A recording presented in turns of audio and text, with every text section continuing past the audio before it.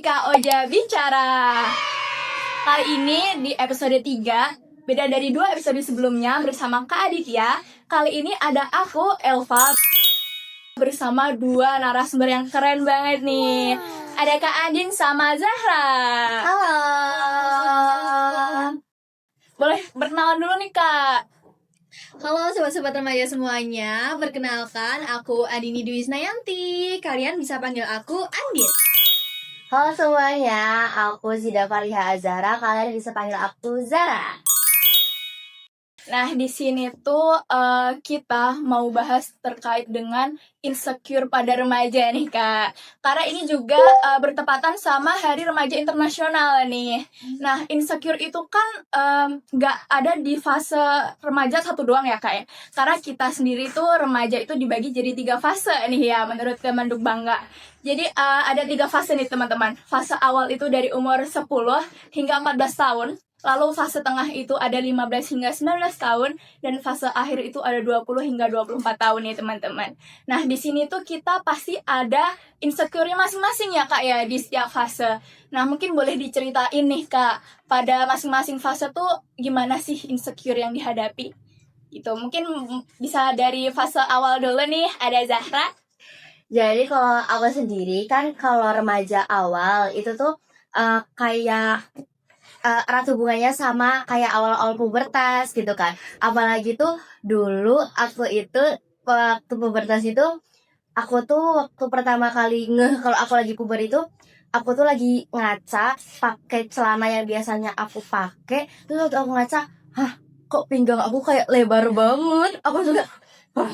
gitu kan. Terus habis itu aku bilang, "Mah, kok pinggang aku kayak nggak kayak biasanya ya?" Terus kata mamaku, "Oh, itu kamu puber itu," gitu kan. Habis itu aku kayak PMS juga, HI juga gitu. Itu juga agak keteteran sih kan, first time gitu. Kalau insecure sendiri lebih ke bentuk badan yang nggak kayak biasanya aja sih, kayak ya kayak tadi kayak pinggangnya lebih membesar. Terus habis itu waktu awal-awal juga muka aku sempat breakout juga gitu kan, awal-awal gitu sih kalau dari aku sendiri. Berarti mungkin lebih ke fisik yang paling dominan ya? Iya, karena kaget juga kan, baru pertama kali puber kok langsung kelihatan banget gitu.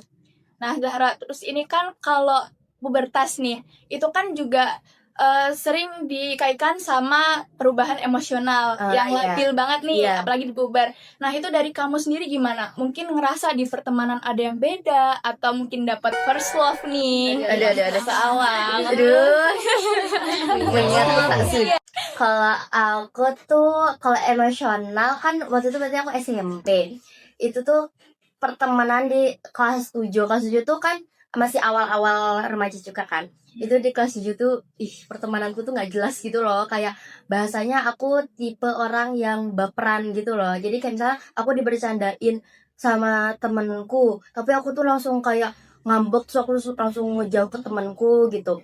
Kalau aku pikir-pikir sekarang tuh kayaknya aku dulu ini bercandaan biasa deh gitu. Terus aku juga waktu kelas 7 tuh sempet dijauhin juga sama teman-temanku, karena mungkin dulu personalitiku kayak gitu. Aku juga masih labil gitu. Aku pengennya temenan sama si A, tapi kayak gimana ya, aku ngerasa nih, misalnya aku tuh temenan sama si A, terus si A itu cemburu kalau misalnya aku temenan sama yang lain, kan di situ aku labil ya.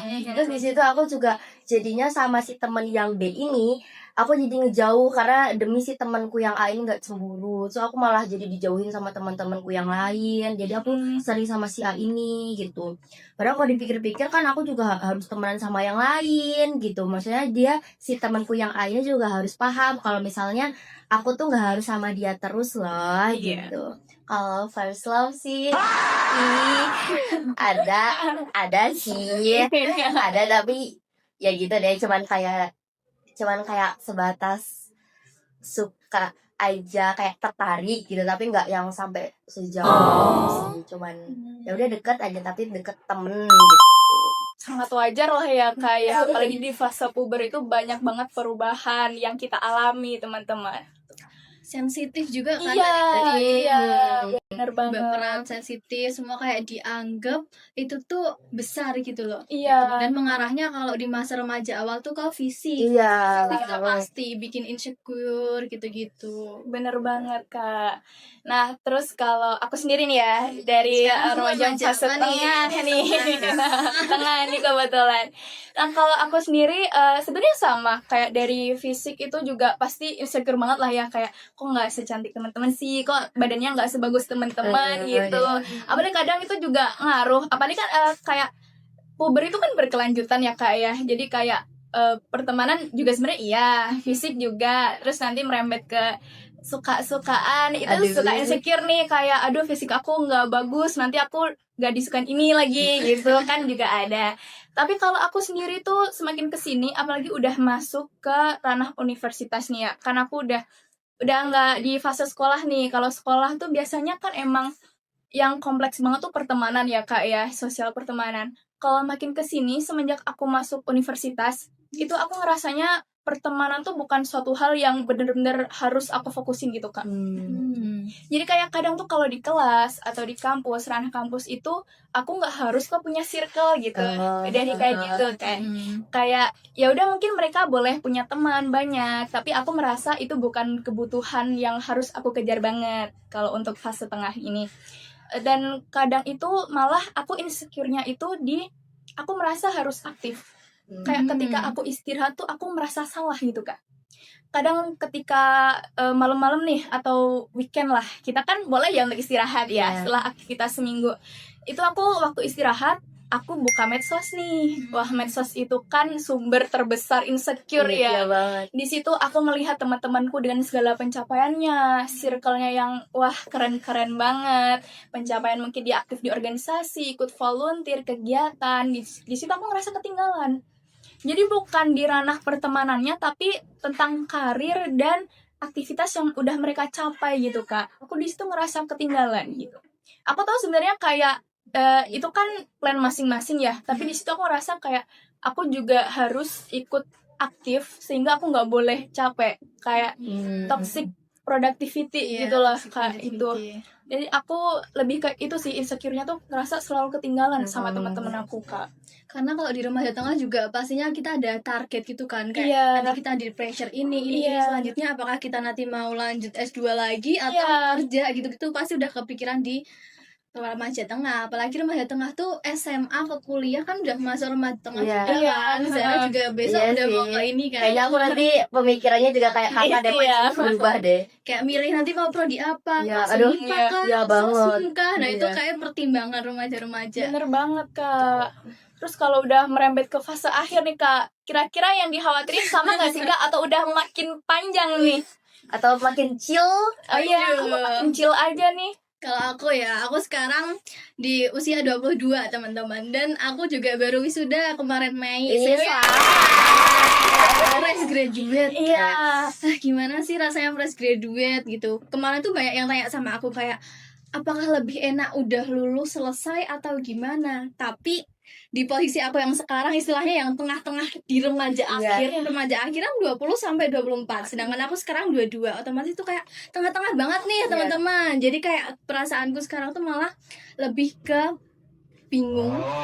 Kayak quarter life crisis lah pokoknya. Apalagi di fase aku sudah yudisium menunggu untuk wisuda. Nah, kan aku di situ kesibukannya cuma freelance marketing gitu kan. Terus aku juga di forum genre gitu-gitu. Tapi aku di situ merasa kayak apa ya yang akan aku kejar lagi gitu. Aku merasa tuh kayak bingung, sepi, teman-teman juga udah pada nggak ada, teman-teman kuliah aku gitu-gitu. Sempet aku juga merasa di akhir-akhir ini, sebulanan terakhir ini kayak aku bingung aku mau menentukan apa, planning aku selanjutnya tuh mau apa gitu-gitu, sampai mempengaruhi di kehidupan aku sehari-hari. Kayak aku lebih sering untuk melamun dan memikirkan apa ya ini tuh di hidup di dunia ini tuh ngapain ya setelah aku udah wisuda gitu-gitu. Tetapi alhamdulillahnya aku bisa mengatasi itu di akhir-akhir ini juga ketika aku udah cerita sama temenku yang lain dan dianjurkan buat yang namanya journaling. Jadi kalau teman-teman tahu, journaling itu kita kayak nulis apa yang kita rasakan gitu-gitu. Jadi kayak aku menggambarkan diri aku di situ, terus aku kayak apa sih yang sebenarnya aku rasakan? Aku cemas, aku takut, aku khawatir, aku takut ketinggalan. Pokoknya di situ tuh takut ketinggalan dan takut nggak sukses, takut nggak membanggakan orang tua lah, istilahnya kayak gitu. Kalau remaja akhir sih, kalau tentang fisik itu aku terjadinya di remaja awal. Kayak Zara tadi, aku dulu juga pernah dibully di SMP. Jadi itu kayak ngaruh banget ketika aku di remaja tengah. Terus kalau yang sekarang sih aku lebih ke itu sih, ke planning masa depan. Kalau insecurity yang di remaja akhir gitu. Teman-teman yang di remaja akhir, apakah kalian merasakan juga? Tapi emang apa yang kita lalui di masa lalu itu sangat berpengaruh pada cara kita memandang masa kini dan masa depan ya Kak ya. Iya benar, Iya, jujur ya. Nah, terkait dengan insecure di setiap fase nih, itu dari kalian gimana sih cara untuk menyikapi dan mengatasi insecure yang itu kan kita cuma bisa mengontrol rasa insecure-nya, nggak bisa mengontrol datangnya kan. Nah, itu cara kalian mengatasi gimana dari fase awal nih? Aduh, kalau aku sendiri itu nggak tahu ya. Aku tuh setiap tahunnya, maksudnya tuh semakin aku beranjak dewasa ya, dewasa. Maksudnya tuh kayak bertambah umurnya, mindset aku juga berubah, yang alhamdulillah lebih dewasa gitu. Mungkin aku awalnya insecure, aku takut gak punya teman, aku harus sempurna di mata mereka biar aku ditemenin. Tapi kayak seiring berjalannya waktu, aku juga jadi mikir, enggak juga sih sebenarnya gitu ya.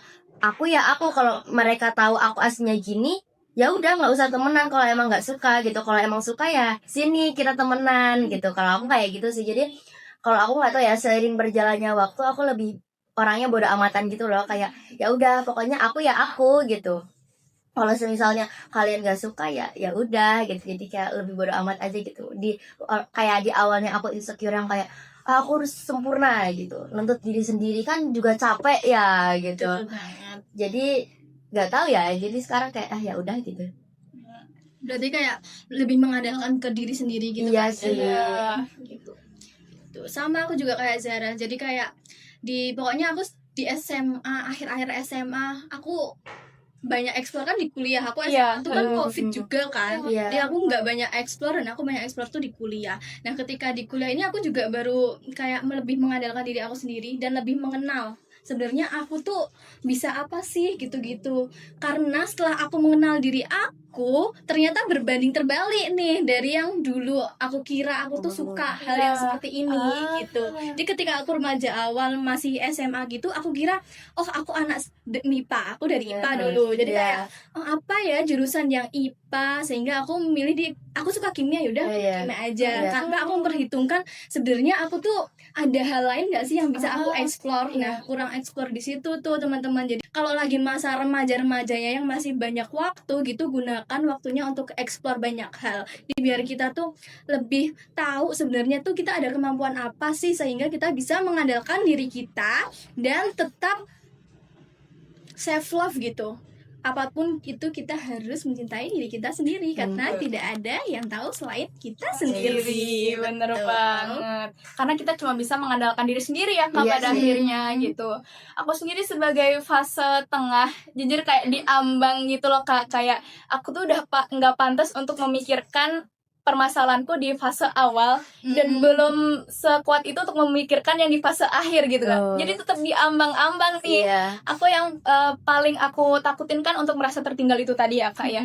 Tapi pada akhirnya aku juga meyakinkan diri aku sendiri kalau aku tuh punya plan sendiri gitu loh.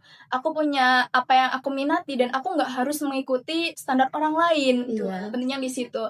Apalagi aku itu dari prodi konseling, bimbingan konseling. Di situ aku belajar rasional, emotion behavior terapi. Nah di situ pokoknya kayak kita tuh harus selalu berpikir rasional. Jadi kadang kita tuh insecure karena kita memikirkan hal yang tidak rasional gitu Kak. Jadi kita terlalu takut akan hal yang sebenarnya tuh nggak ada gitu. Itu cuman representasi dari pikiran kita sendiri gitu. Jadi aku sendiri tuh biasanya kayak ya udah ngasih pengingat buat diri sendiri kalau mereka tuh punya goal sendiri dan aku juga punya gitu. Kalau emang kita waktunya istirahat, ya istirahat aja nggak apa-apa. Sebenarnya kita nggak tertinggal. Kalau aku itu sih Kak. Karena ini kan di aku fase maba ya kayak itu tuh kayak ini lagi merintis-merintisnya loh gitu. Jadi nggak apa-apa karena emang beda aja fase sibuknya, tahapnya itu beda gitu. Overthinking gitu ya. Jadi Iya. bisa kita simpulkan kita semua overthinking. Iya, Tapi iya. hal yang di Nah, overthinkingkan itu tadi. gitu. Jadi kalau dari aku emang berpikir rasional tuh penting ternyata Kak, untuk memanage apa yang kita pikirin tuh penting teman-teman. Betul. Kalau dari Kakak gimana nih terkait kayak karir overthinkingnya itu gimana Kak ngatasinnya? Tadi yang aku udah bilang, aku sekarang menerapkan untuk menulis semua hal yang aku rasakan. Jadi kayak kalau semisal aku merasa aku udah gak nyaman, itu aku tulis apa sih yang membuat aku tuh gak nyaman, sehingga aku tahu perasaan aku. Jadi kan kadang kita kayak ngerasa gak nyaman tapi kita tidak tahu ya Iya. kita tuh sedang merasakan apa gitu-gitu. Sehingga dari itu aku bisa menyimpulkan, oh aku baru seperti ini, terus apa nih solusi yang aku bisa ambil gitu-gitu. Itu aku dari kuliah juga udah menerapkan yang namanya plan. Jadi kayak setiap semester aku apa yang aku mau capai, terus kayak aku tuh di semester ini fokus organisasi sampai semester berapa, nanti aku magang itu di semester berapa. Nah gitu-gitu aku terapkan lagi di setelah bekerja ini di 2 bulan pertama setelah lulus. Itu aku buat kayak alur gitu apa yang harus aku penuhi di 2 bulan ini biar nggak kayak mikir-mikir Kosong gitu. itu terus kan. Iya. Jadi kalau mikir-mikir itu terus kan kayak sama aja kita nggak berkembang Iya. gitu. Kita merasa tertinggal terus dan stuck di situ-situ aja. Karena banyak dari teman-teman yang kayak gini, apa namanya itu, merasa berlebihan gitu loh. Semisal iya. kita hari ini sudah sidang, terus senangnya berlebihan, senang terus nggak selesai-selesai. Iya. Terus ada juga kayak yang sedih tapi sedihnya tuh berlebihan gitu-gitu, nanti nggak selesai-selesai kan. Kita padahal di hari berikutnya juga udah masuk ke cerita baru. Jadi itu yang sekarang aku terapkan. Apa yang ada di hari ini ya udah itu di hari ini. Untuk selanjutnya kita berada di cerita baru dan tempatnya kita mulai hal baru juga gitu teman-teman. Di planning itu penting, lalu bisa mengenal emosi dan diri kita gitu.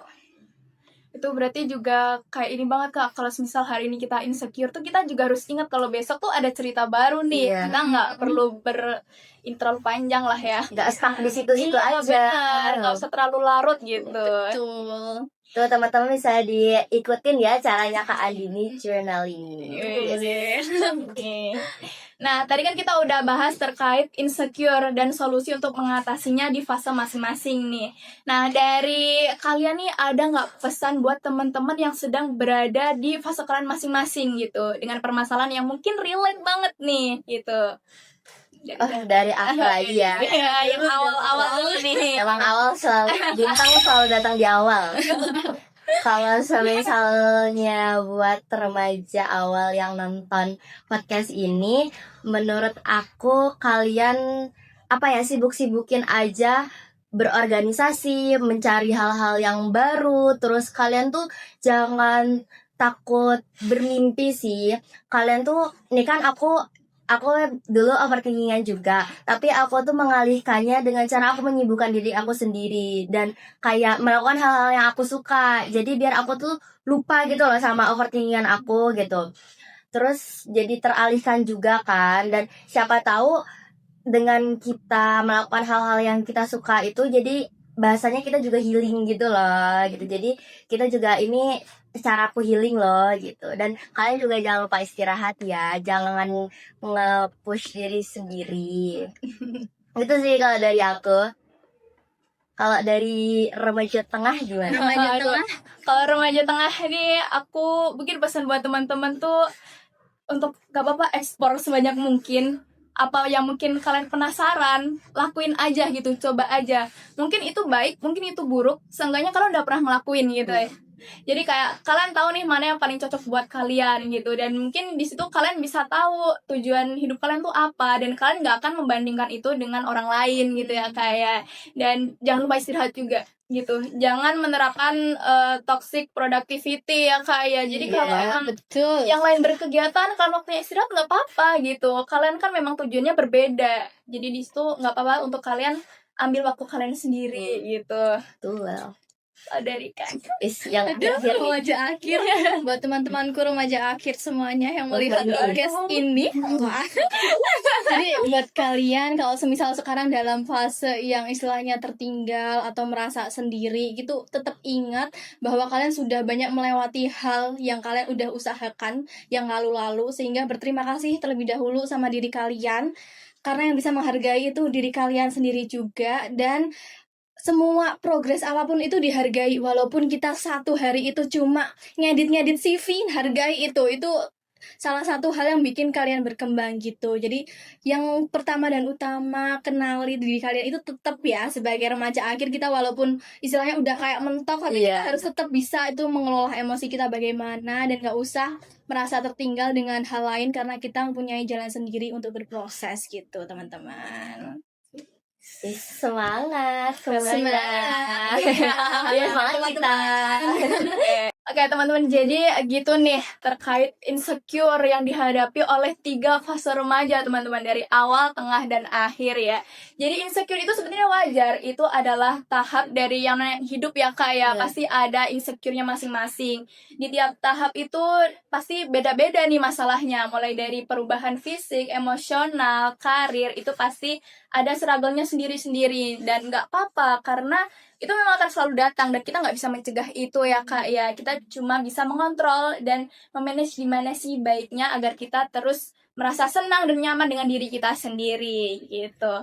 Jadi semangat buat teman-teman semuanya, apalagi yang sedang berada dalam fase insecure nih gitu. Nggak apa-apa untuk istirahat hari ini dan lanjut besok hari. Jadi aku mau ngasih quotes, lakukanlah apa yang bisa kamu lakukan hari ini yang membuat dirimu di masa depan berterima kasih. Oke, segitu aja teman-teman dari kita. Terima kasih untuk Kak Andi dan Zahra. Terima kasih juga. Tunggu di episode Ika Oja bicara selanjutnya. Bye bye. Bye. See you next time.